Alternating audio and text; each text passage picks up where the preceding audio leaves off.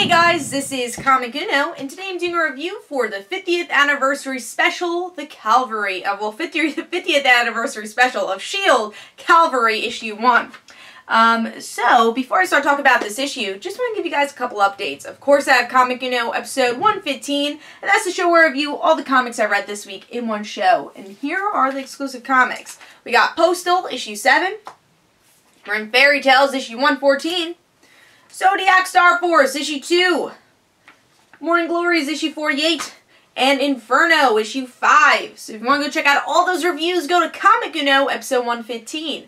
Also, guys, I do have the Kickstarter for Like Father, Like Daughter, issue 2 going on, so hopefully you go check that out also. But let's start talking about Calvary, issue 1, which is a 50th anniversary of S.H.I.E.L.D. special issue. It's a one-shot.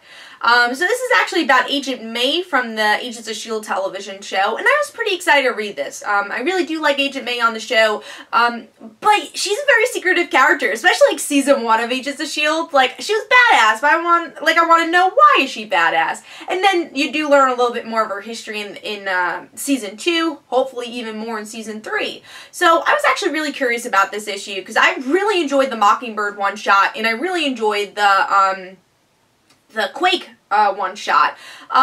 But, you know, something that's different about those characters is that they are not original to the television show. Even though Skye kind of was supposed to, but she became Quake, so Quake existed in the comics beforehand, and so had Mockingbird. So Agent May, though, is original to the television show, so how would she mix in this Marvel Universe? So with this issue, we get to see that she's training these new S.H.I.E.L.D. operatives, and she finds out that there's these cyber dogs that are still there. She's like, oh shit, like they're not ready to handle this.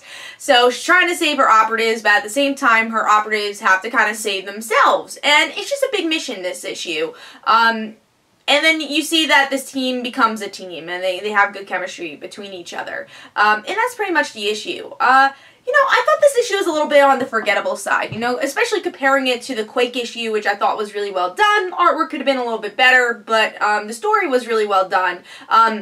And the Mockingbird issue being really well done. Loving that issue. So I was a little surprised by this being a little lackluster. It doesn't really reveal a lot about Agent May. It's just her training people. It's something I feel like is very skippable. And when I read it, I'm like, this is a one-shot I didn't want to see with the 50th S.H.I.E.L.D. stuff, where it's just like, oh, here's a little fun issue. But I think Agent May is a character that has a lot to be expanded upon. So I was really surprised that we didn't really get much from this issue. It's more of like, here's a random S.H.I.E.L.D. issue. It's like a filler issue in a lot of ways. So honestly, I didn't really think this one was worth the money unless you're like a huge, humongous Agent May fan.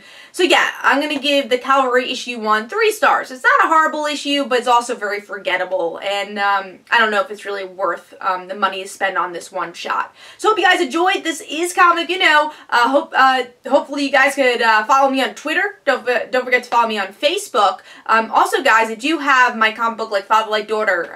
You can check out all the links in the description below if you want to learn more about that. And don't forget to check out the Facebook page for Like Father, Like Daughter.